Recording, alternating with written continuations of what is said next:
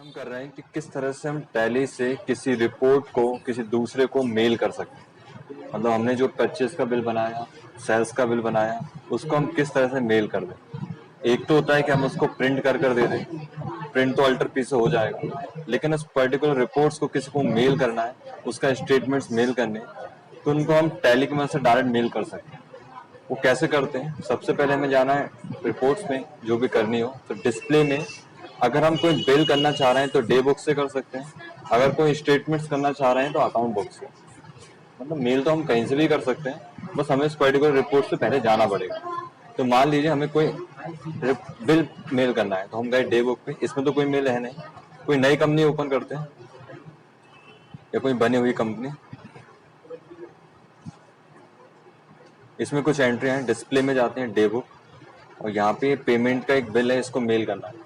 तो हम कीबोर्ड पे दबाएंगे अल्टर प्लस एम, ऊपर भी लिखा हुआ है, एम के साथ में एक लाइन है, मतलब अल्टर के साथ, तो अल्टर एम जैसे ही दबाएंगे तो हमारे पास वाउचर ईमेल का एक विंडो ओपन हो जाएगा। इसमें कुछ सेटिंग्स है, वो करनी है पहले, उसके बाद फिर एक और सेटिंग्स होती है, वो हम गूगल अकाउंट से करते हैं। कई बार क्या होता है, यहाँ से हम लॉगिन तो कर लेंगे सक्सेसफुली, लेकिन जब यहाँ पे हम सेंड करने पे आएंगे तब एक एरर आ जाएगा, उसे परमिशन नहीं मिलेगी गूगल की मदद से कि उसको कैसे करें। तो वो कैसे करना है आज वो भी सीखना है। तो सबसे पहले आ रहा है ईमेल सर्वर, किस सर्वर से हम मेल भेज रहे हैं। हमारे पास जीमेल सर्वर होता है, हॉटमेल सर्वर है और याहू मेल सर्वर है।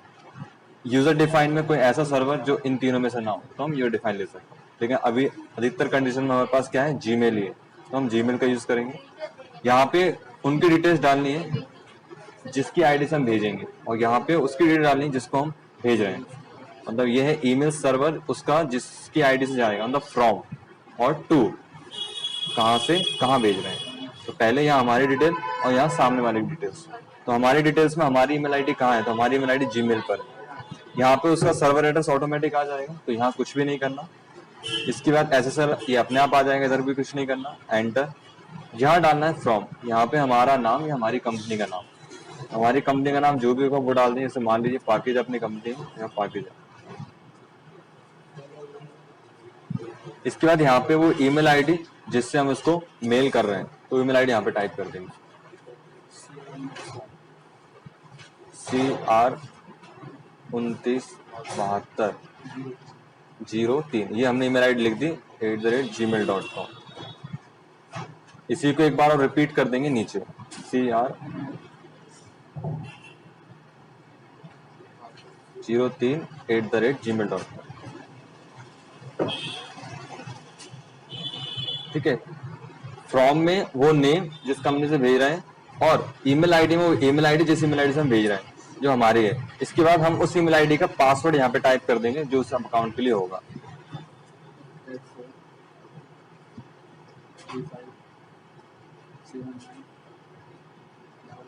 पासवर्ड टाइप करने के बाद एंटर करना है, ये पासवर्ड सही हो ना, ये तो परमिशन नहीं मिल पाएगी फिर। इसके बाद यहाँ पे फॉर्मेट, जो हम बिल भेज रहे हैं वो किस फॉर्मेट में हमें भेजना है, एक्सेल के रूप में भेजना है, HTML के पेज में भेजना है, या कोई JPG पिक्चर के रूप में भेजना है, या PDF के रूप में भेजना है। नॉर्मल डॉक्यूमेंट सेंड किए जाते हैं, PDF में ही किए जाते हैं, लेकिन अगर डीलर्स ने डिमांड की उसे एक्सेल में चाहिए तो हम एक्सेल में भेज सकते हैं, या फिर उसे XML मतलब टैली की फॉर्म में भी भेज सकते हैं। तो अभी हमने क्या कर दिया, इसको PDF लेने के बाद यहाँ पे उसका साइज लेना है, पेपर साइज का रखना है। पेपर साइज क्या, A4, पेपर साइज का रखना है A4, मतलब PDF में जा रहा है A4 पेपर पे। इसके बाद यहाँ पे उसका ओरिएंटेशन क्या रखना है, मतलब पोर्ट्रेट है लैंडस्केप, मतलब खड़े में या आड़े में, जैसा भी हम चाहें पोर्ट्रेट और लैंडस्केप कर सकते हैं, पोर्ट्रेट। तो ये हो गई हमारी डिटेल। अब यहाँ पे जिसको भेजना है उसकी डिटेल, तो हम ये मेल किसी एक को भेज रहे हैं तो न्यू एड्रेस, अगर हम बहुत सारे लोगों को भेज रहे हैं तो मल्टीपल एड्रेस। अभी हम किसी एक को ही भेज रहे हैं तो न्यू एड्रेस सिलेक्ट कर लेंगे। यहाँ पे उसका ईमेल आईडी जिसको भेज रहा है, तो मान लीजिए मैंने ईमेल आईडी डाल दी कि मेरी आईडी पे भेज रहा है। इसके बाद ये पूछ रहा है सीसी का मतलब इस मेल को हम किसी दूसरे को भी भेज रहे हैं क्या, तो उस दूसरे की आईडी यहाँ पे टाइप कर देंगे, न्यू एड्रेस। तो यहाँ पे हमें न्यू एड्रेस पे क्लिक करना है, और यहाँ पे उसके मान लो हम किसी रवि को भेज रहे हैं,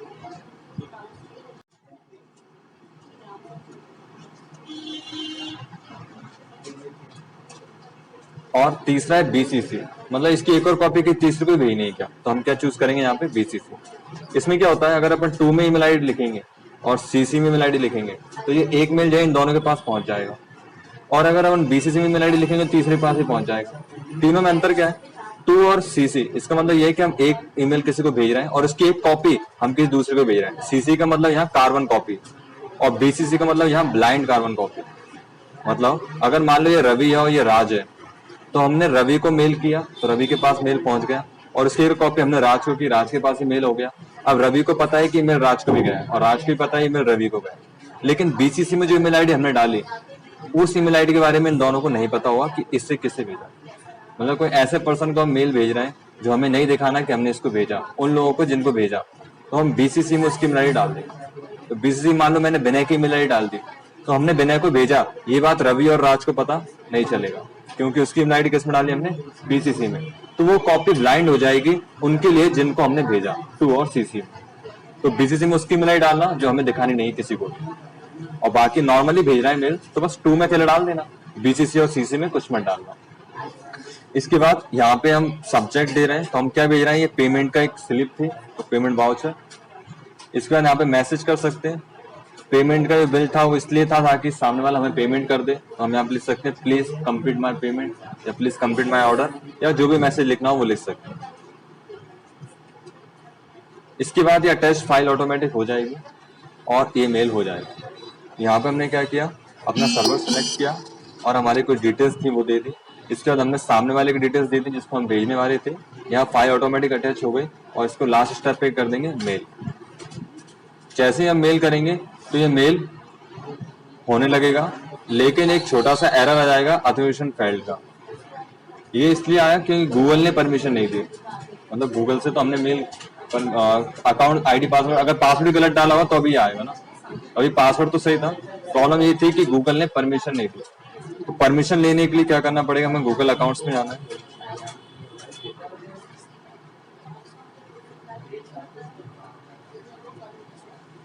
गूगल अकाउंट से हमारा जीमेल अकाउंट लॉगिन करना है।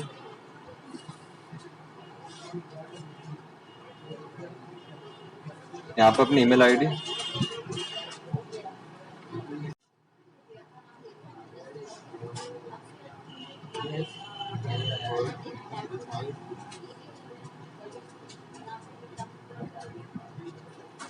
लॉगिन होने के बाद परमिशन लेना पड़ेगा गूगल से। तो हमने हमारा अकाउंट ओपन कर लिया, परमिशन लेने के लिए गूगल के अकाउंट्स में जाना है।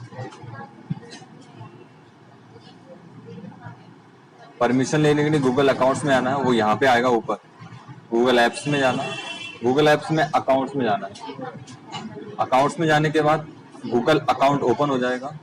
थोड़ा सा नीचे आना है, ऑप्शंस मिलेगा apps with account access, apps with account access, इसमें जाना है। यहाँ हम क्या कर रहे हैं, गूगल का जो लॉगिन आईडी पासवर्ड है वो गूगल पे ही ओपन होगा, लेकिन हम क्या कर रहे हैं, टैली पे उसको लॉगिन कर रहे हैं। मतलब जैसे फेसबुक का आईडी पासवर्ड है तो फेसबुक पेज पे लॉगिन होगा और किसी पेज पे तो होगा नहीं। जीमेल का आईडी पासवर्ड जीमेल पेज पे लॉगिन होगा और किसी पे तो होगा नहीं, लेकिन हम क्या कर रहे हैं, टैली से लॉगिन कर रहे हैं जीमेल। तो गूगल परमिशन नहीं दे रहा, तो हमें परमिशन लेनी पड़ेगी। थोड़ा नीचे आएंगे, अलाउ लेस सिक्योर एप्स, ये जो है ऑफ है, ऑन करना पड़ेगा बस।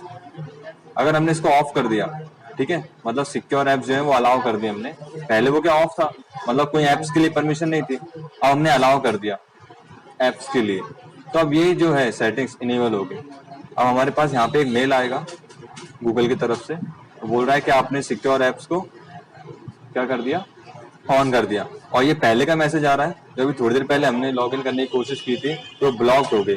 किसने ब्लॉक कर दिया था, गूगल ने, क्योंकि हमने परमिशन नहीं ली थी, लेकिन अब हमने परमिशन ले ली। अब अगर हम यहाँ से मेल भेजेंगे तो मेल हो जाएगा। यहाँ पे जाएंगे अल्टर एम,